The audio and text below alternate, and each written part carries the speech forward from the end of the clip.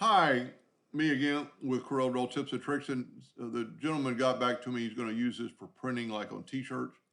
So I think I've got it pretty close to what he wanted, but he can change it. But I started thinking, see, I've already got a interactive fill on it, but we could always change that back.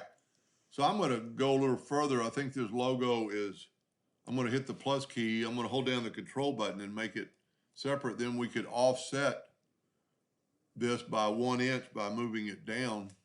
Well, I guess you'd have to do a 1/2 inch because that would make it equal.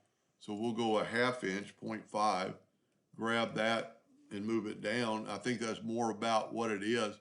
And then you could just keep going, hit the plus key and, do it to your heart's consent till you get the pattern. Now, what I said earlier, and that looks pretty cool.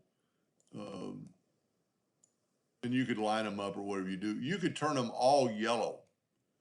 Well, let's do this. Let's combine it.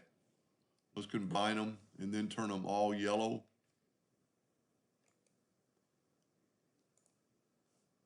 Well, there we go. Everything's yellow now, and it is combined.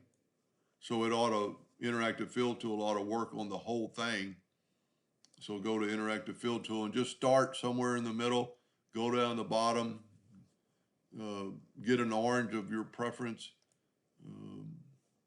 And it, doesn't do it perfectly, but it does because it's looks like it's actually more on the outside than it is in the middle.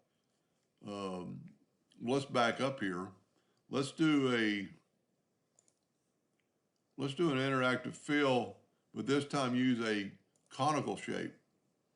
And then you could move this around, move your slide bar, and have the other color, really come out from the middle, and have your edges yellow.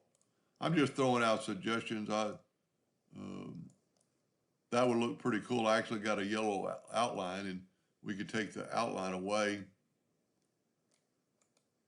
and then you just have yellow and red colors.